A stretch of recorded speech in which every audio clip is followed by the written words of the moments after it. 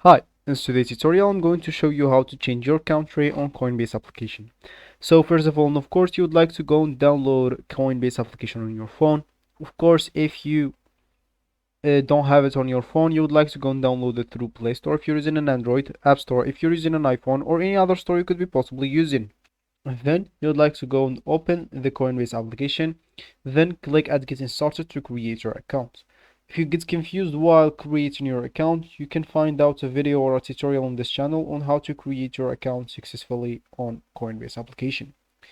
So if you already have an account, just ignore all of that and click at an icon. You will find this at the top right corner called login or sign in. If you click on that, you'll be able to log into your account. Let's just get straight into this tutorial.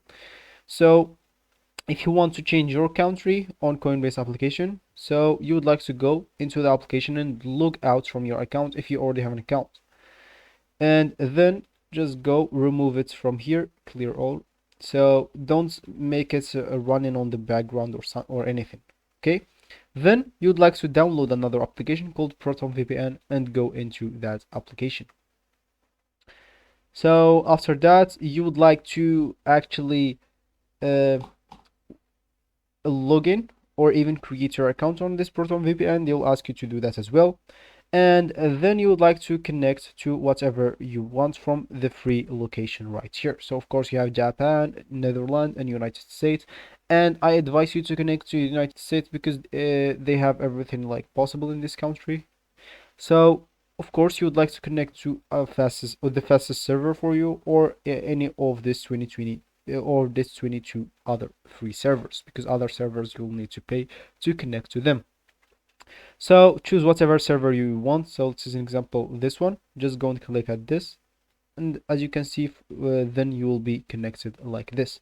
Then after like you already log out your account, just go and open your application, and let's just wait until the application loads.